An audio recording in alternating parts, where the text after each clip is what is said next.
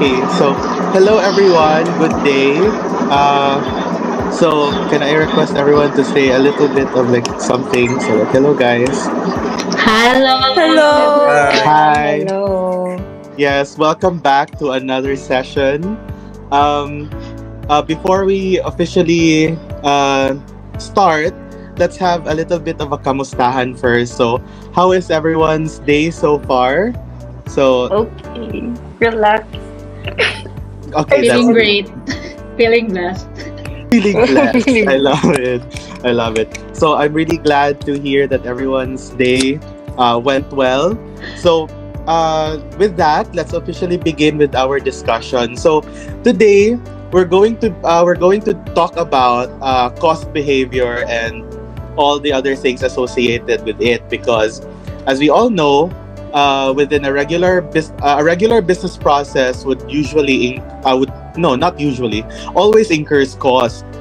So cost behavior sort of describes how a cost moves with the business process. So we're going to discuss that.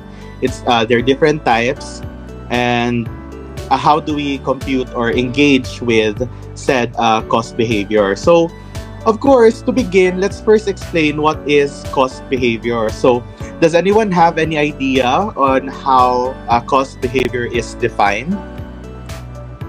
Hi, Khalil. Hi. Can I share my insights about cost behavior? Sure, go ahead.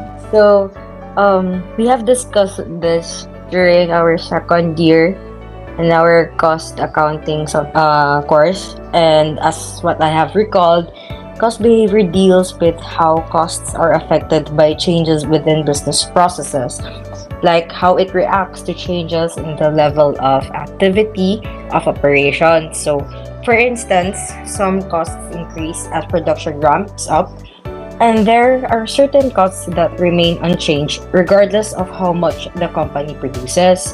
And in this way, managers may be able to estimate the effect of the changes and find alternative ways to produce the best strategy to achieve their objectives. Yeah, so that is basically the most brief definition of what cost behavior is. So, can anyone elaborate on that? Elaborate more and discuss more on cost behavior. Okay, go Osprey. So I think for me, it's same with Chaska that it is refers to like understanding of how costs will fluctuate with changes in business conditions like such as sales volume or production level and more. And also, cost behavior is also used to set pricing strategies by understanding how costs change with production volumes. It also helps with determining pricing structures that maximizes profitability. Yeah, so I agree, no. So I think we have laid the proper foundation on explaining cost behavior. Before I proceed, let me just note that Cheska Nicole Tayong is taking note of everything that we're talking about. So just so that we have like a copy or a base on for future reference. So since we have established the foundation on what cost behavior is, let's now go over what types of cost behavior are there. So who is a may I request someone to at least maybe give first the types of cost behavior and at least differentiate and give examples of each.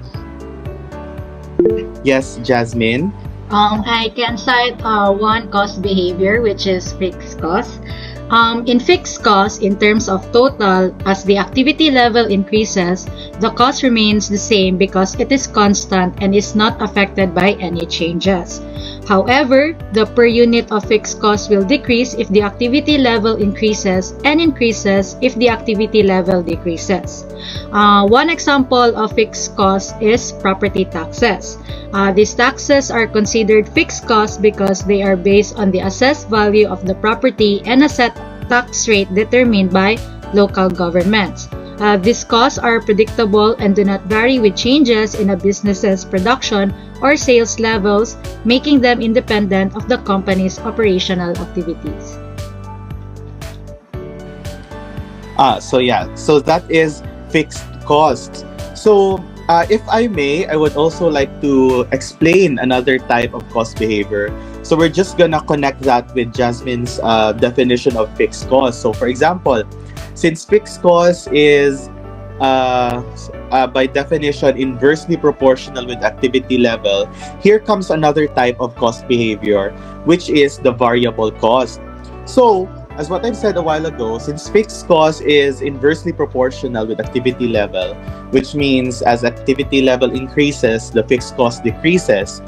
Variable costs are costs that are directly proportional to the number of units produced, which means that when looking at total costs, variable costs increase as the number of units produced increase. But when seen at a per unit perspective, variable costs remain constant per unit. So it's basically the opposite of fixed costs when it comes to when it comes to seeing it on an activity level perspective or a total cost perspective, uh, and a number of and a per unit perspective. So variable cost, it's fixed per unit, which means that when activity level increases, variable cost also increases. The opposite can be said for fixed cost, but that's already elaborated by Jasmine. So, for example, let's visualize something. So, we've all been used to the example of the chair, right? So, let's go over that. So, each chair, for example, requires a specific cost for wood, nails, and paint. So, no matter how many chairs are produced, each chair costs the same. When it with only if we're only taking into consideration the cost for wood, nails, and paint. In these kinds of factors, each chair costs the same. But with activity level increases, with how as activity level increases, variable costs also increase in a total cost perspective. So if a manufacturer increases production of chairs for the next month, the variable costs related to the entire production also increases. So, as given with my example, I think it's safe to assume that most direct costs or costs that are directly related to the production of a product are easily traced to fixed per unit costs, which means that most direct costs are variable costs. So with variable cost and fixed costs existing, of course, there's also mixed costs. So who can elaborate on that? So another example of a type of cost behavior is mixed cost. So since mixed cost, so it is both fixed and variable components. The fixed part remains constant regardless of activity levels, while the variable part is changes with activity levels. One example of this is the water bill. It has a fixed base charge plus a variable charge based on the consumption. For example, like 100 peso monthly fixed charge and additional 5 pesos per cubic meter. Yeah, so that is mixed cost. So basically, those are the three types of cost behavior. So fixed cost, variable costs, and mixed cost. So since we have already established that the existence of mixed cost, so there must be a way on how we sort of separate the variable cost from fixed cost. Because no matter how mixed, there is always a possibility on how these two can be separated. So, does anyone have an idea on how these costs can be separated if they're mixed? Yes, Jasmine. Hello again. One method that we can separate variable cost and fixed cost if the cost behavior is mixed is the high-low method. We are all familiar with that, right?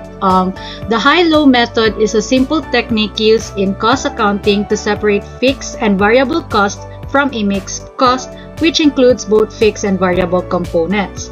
This method is particularly useful when you want to separate the fixed and variable costs from a mixed cost using the highest and the lowest activity level.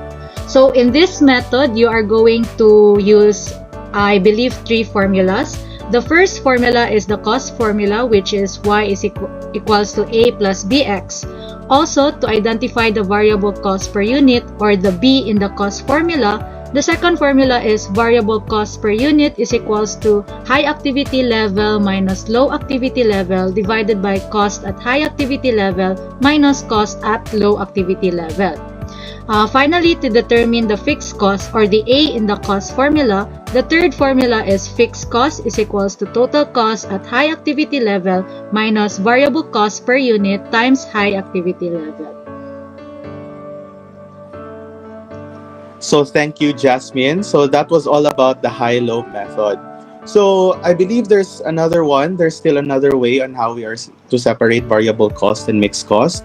Can anyone elaborate on that?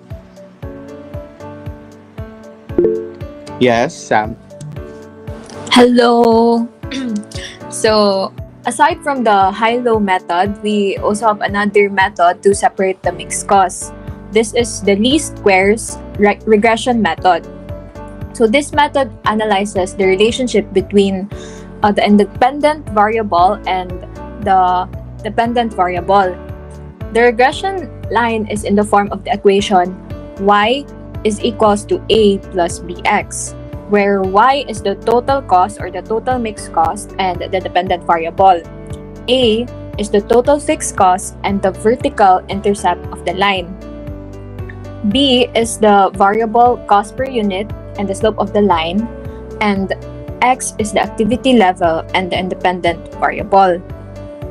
So this method provides a more accurate way to separate mixed costs into their fixed and variable components compared to the high-low method because it uses all of the available data points rather than just 2 data points.